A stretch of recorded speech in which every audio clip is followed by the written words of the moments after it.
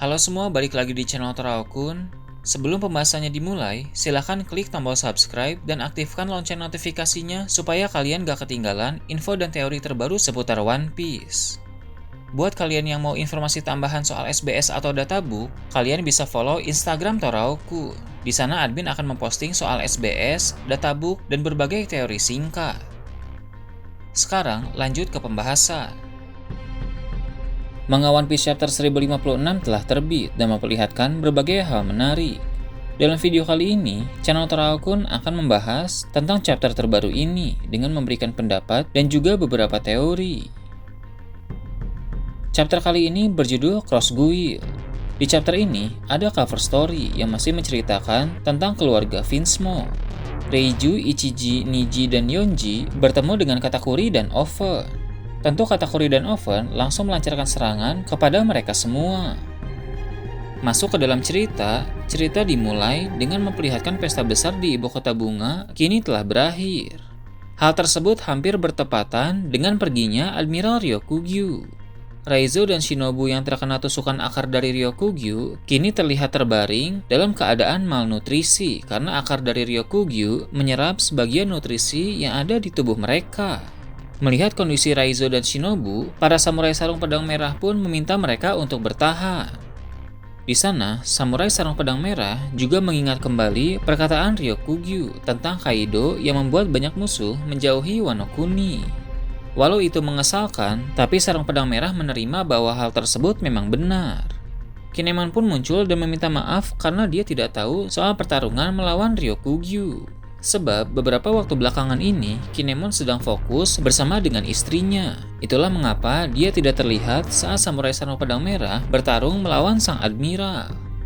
Sementara itu, istri Kinemon yaitu Suru mulai bercerita kepada orang lain bahwa Kinemon sudah pulang. Kinemon juga bercerita tentang Suru kepada samurai sarung pedang merah yang lain, yang mana menurut Kinemon, Suru masih tetap cantik. Setelah itu, diketahui penerus dari Inuarashi dan Nekomamushi untuk memimpin suku Ming di Pulau Zou telah ditentukan. Tempat itu memang harus mendapatkan pemimpin yang baru, sebab Inuarashi dan Nekomamushi memilih tinggal di Wano Kuni. Mengingat Wano Kuni baru saja merdeka dari penjajahan Orochi dan Kaido, maka ada banyak hal yang harus Momonosuke lakukan sebagai shogun yang baru. Dia harus membuat Wano Kuni menjadi negeri yang lebih baik lagi. Untuk mewujudkan visi dan misi yang besar dari Momonosuke, tentu dia perlu banyak bantuan. Inuarashi dan Nekomamushi sebagai bagian dari sarung pedang merah sangat diperlukan di sana untuk membantu Momonosuke. Sedangkan untuk Pulau Zou, mereka memilih Carrot sebagai pemimpin yang baru. Carrot mungkin bukan orang terkuat dalam suku Ming. Sicilian dan kawan-kawan atau Wanda sepertinya masih lebih kuat dari Carrot dan juga mereka lebih senior. Namun, karena Carrot yang dipilih oleh Inuarashi dan Nekomamushi, maka dia harus menjadi pemimpin yang baru. Mereka memilih Carrot dengan pertimbangan yang matang. Carrot juga merupakan orang yang mewarisi tekad Pedro, sehingga dia pasti akan tumbuh menjadi orang yang lebih hebat lagi.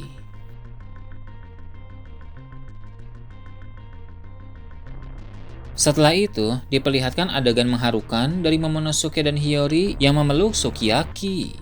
Sukiyaki telah mengakui bahwa dia merupakan kakek dari mereka berdua, sehingga kini Momonosuke dan Hiyori menjadi tahu bahwa masih ada keluarga yang tersisa.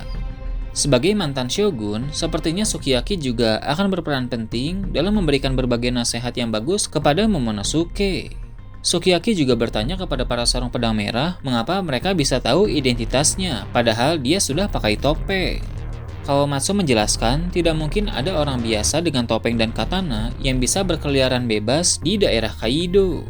Sukiyaki pun meminta mereka agar merahasiakan identitasnya dari para warga. Beralih ke tempat lain, Luffy dan para kru bajak laut topi jerami membahas tentang Pluton, mengingat Robin sudah tahu bahwa Pluton berada di Wano Kuni.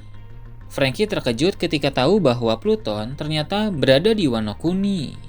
Seperti yang kita tahu, Franky merupakan orang yang pernah memiliki cetak biru dari Pluton.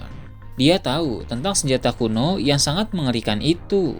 Namun, Franky telah membakar cetak biru dari Pluton, sehingga sekarang ini orang-orang tidak bisa lagi menciptakan senjata kuno seperti itu. Robin pun bertanya, apakah Luffy menginginkan Pluton? Luffy pun menjawab, dia tidak memerlukan senjata tersebut. Pluton tentu akan berperan sangat penting dalam cerita One Piece. Tapi Luffy belum tahu apa fungsi sesungguhnya dari Pluton, sehingga dia tidak tertarik dengan senjata itu. Meski begitu, Pluton suatu saat nanti harus tetap dimiliki oleh kubu Luffy, entah oleh bajak laut topi jerami, samurai Wano Kuni, atau pihak lain yang bersekutu dengan Luffy. Pada saat bajak laut topi jerami membicarakan tentang Pluton, diam-diam ternyata Caribou mendengar percakapan mereka. Dengan begitu, Caribou menjadi tahu soal keberadaan Pluton. Dulu, Caribou sudah tahu tentang Poseidon yang ternyata adalah Shirahoshi. Sekarang, dia tahu bahwa Pluton berada di Wano Kuni. Jadi, Caribou pun telah memiliki informasi berharga tentang dua senjata kuno. Caribou berkata dia harus segera memberitahukan hal tersebut kepada seseorang. Siapa orang yang Caribou maksud belum diketahui. Ada kemungkinan orang yang Caribou maksud adalah Kurohige atau Buggy, atau bisa saja seseorang itu dari pemerintah dunia. Identitas orang itu masih sulit ditebak karena memang belum banyak petunjuk tentang koneksi dari Caribou. Setelah itu, Tama muncul bersama dengan Shinobu. Sekarang ini, Shinobu telah menjadi langsing dan cantik usai pertarungan melawan Ryokugyu. Akar dari Ryokugyu yang bisa menyerap nutrisi telah membuat Shinobu menjadi seperti sekarang ini. Shinobu juga telah menjadi mentor untuk Tama. Tama akan dilatih menjadi ninja dan Luffy berkata bahwa nanti dia akan mengajak Tama bergabung jika Tama telah menguasai ninjutsu.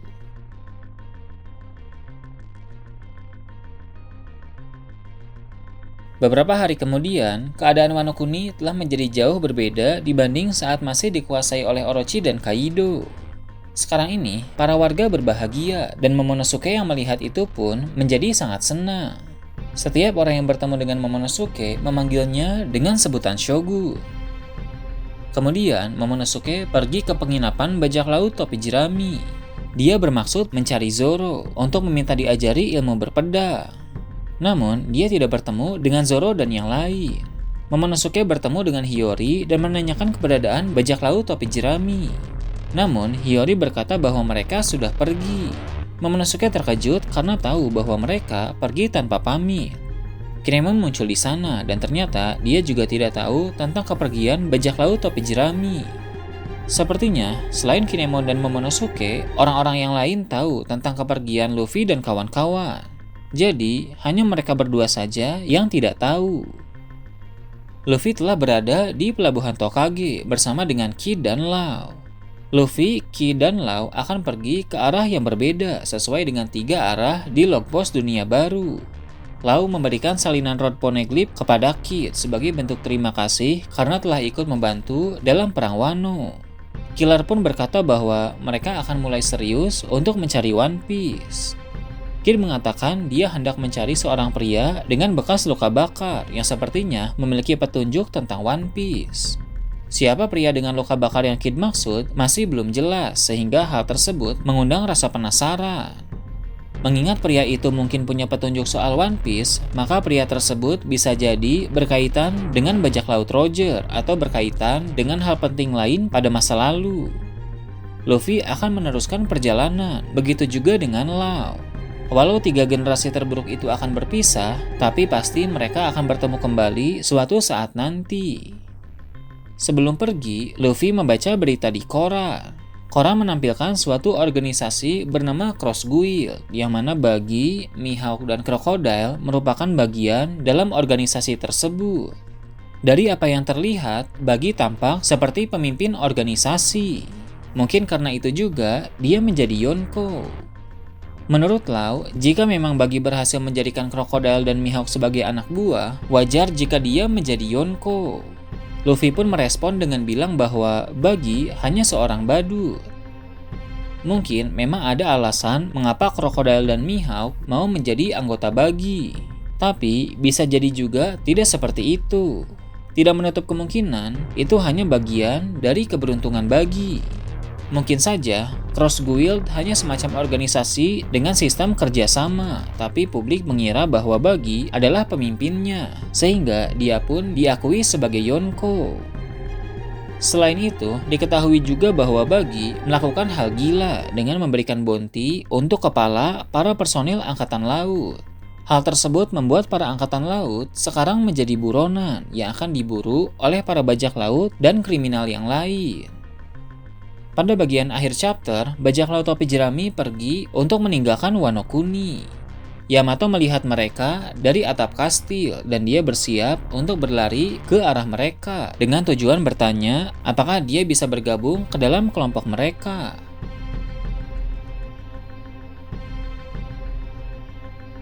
Nah itu tadi review dan teori tentang One Piece chapter 1056. Gimana menurut kalian? Silahkan tulis di kolom komentar di bawah.